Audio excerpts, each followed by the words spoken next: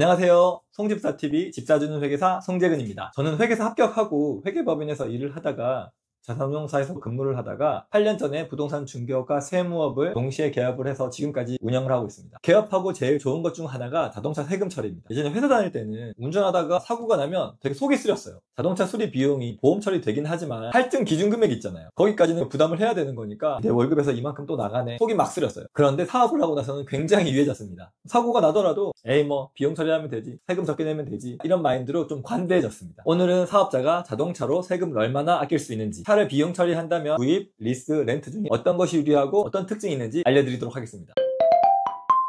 우선 사업자가 어떻게 자동차로 세금을 줄이는지부터 설명드릴게요. 직장인과 사업자는 차이가 있는데요. 직장인은 월급을 받을 때 4대 보험료를 내고 소득세를 내고 월급을 받습니다. 그 받은 돈으로 자동차도 사고 기름값도 내고 보험료도 내고 수리비도 내고 하는 거죠. 이미 세금을 다 내고 받은 돈으로 돈을 쓰는 겁니다. 그리고 이 사용하는 금액에 대해서는 세금 혜택은 없습니다. 사업자에게 이 차는 개인 목적이 아닙니다. 사업용으로 쓰는 거죠. 출퇴근도 해야 되고 거래처도 만나야 되고 출장도 다녀야 되고, 그렇기 때문에 업무 용도로 봅니다. 업무용이니까 사업의 필요 경비로 인정받을 수 있는 거죠. 차값, 기름값, 보험료, 수리비용 다 비용 인정받으실 수 있고요. 내가 번 돈에서 이 비용들을 다 뺀 나머지 금액을 가지고 세금을 내는 겁니다. 예를 들어 자영업자가 5천만 원짜리 차를 샀어요. 그러면 1년에 자동차 경비로 1,500만 원까지 비용 처리할 수 있습니다. 만약에 내가 내는 종합소득세 한계세율이 35%다. 그러면 1,500만 원을 비용 처리함으로써 매년 525만 원만큼 세금을 줄일 수 있는 거예요. 3년이면 1,500을 넘게 줄이는 겁니다. 두 번째는 차량 경비는 1,500만 원이 한도입니다. 사업용 차량은 한 대당 1,500만 원까지 비용 처리 가능하거든요. 이 1,500만 원은 두 개로 나눠져요. 차값 800만 원, 기타 비용 700만 원. 이 차값 800만 원은 구입을 했으면 감가상각을 통해서 비용 처리를 받으시는 거고요. 리스나 렌트를 하는 경우에는 매달 일정 비율만큼을 자동차 가격으로 봅니다. 나머지 700만 원은 차량 유지 비용, 기름값, 보험료, 수리비 다 합친 금액입니다. 이렇게 합쳐서 1년에 1,500만 원까지 비용 처리가 가능한 겁니다. 저는 한 달에 렌트 비용을 100만 원을 내는데, 그러면 이 중에 차값은 얼마예요? 차값을 추정하는 비율은 리스와 렌트가 다릅니다. 우선 렌트는 간단해요. 렌트 비용의 70%가 자동차 가격입니다. 예를 들어 렌트료가 100만 원이다. 그러면 이 중에 70%, 70만 원이 자동차 값인 거예요. 이게 1년이면 70만 원 곱하기 12, 840만 원이죠. 840만 원 중에 800만 원을 인정받으시는 겁니다.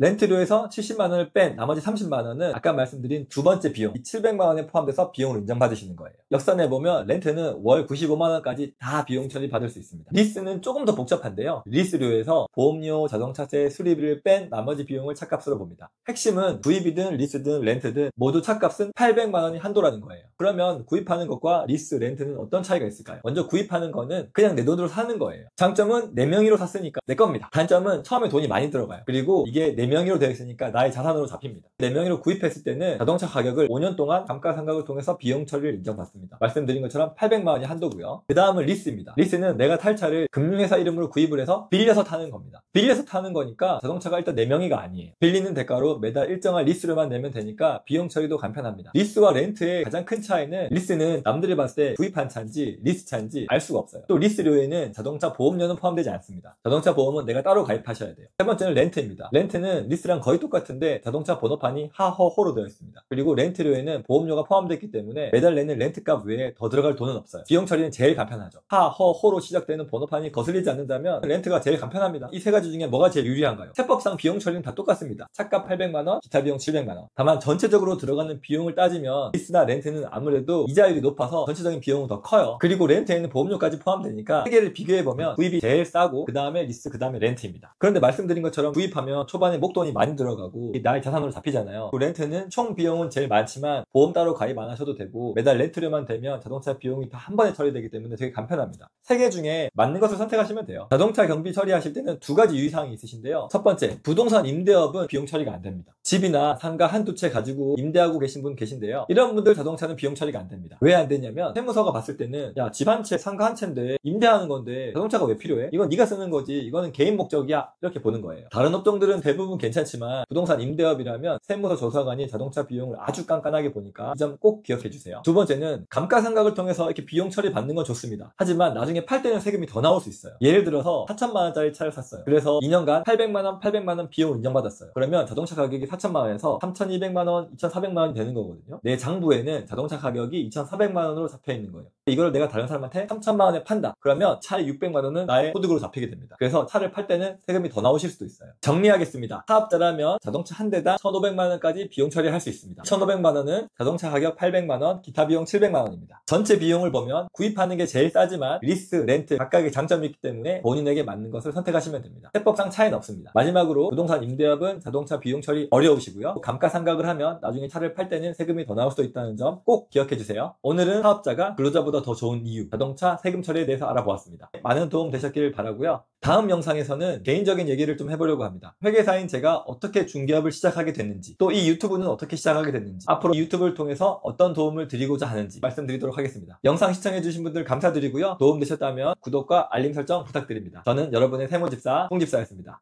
감사합니다.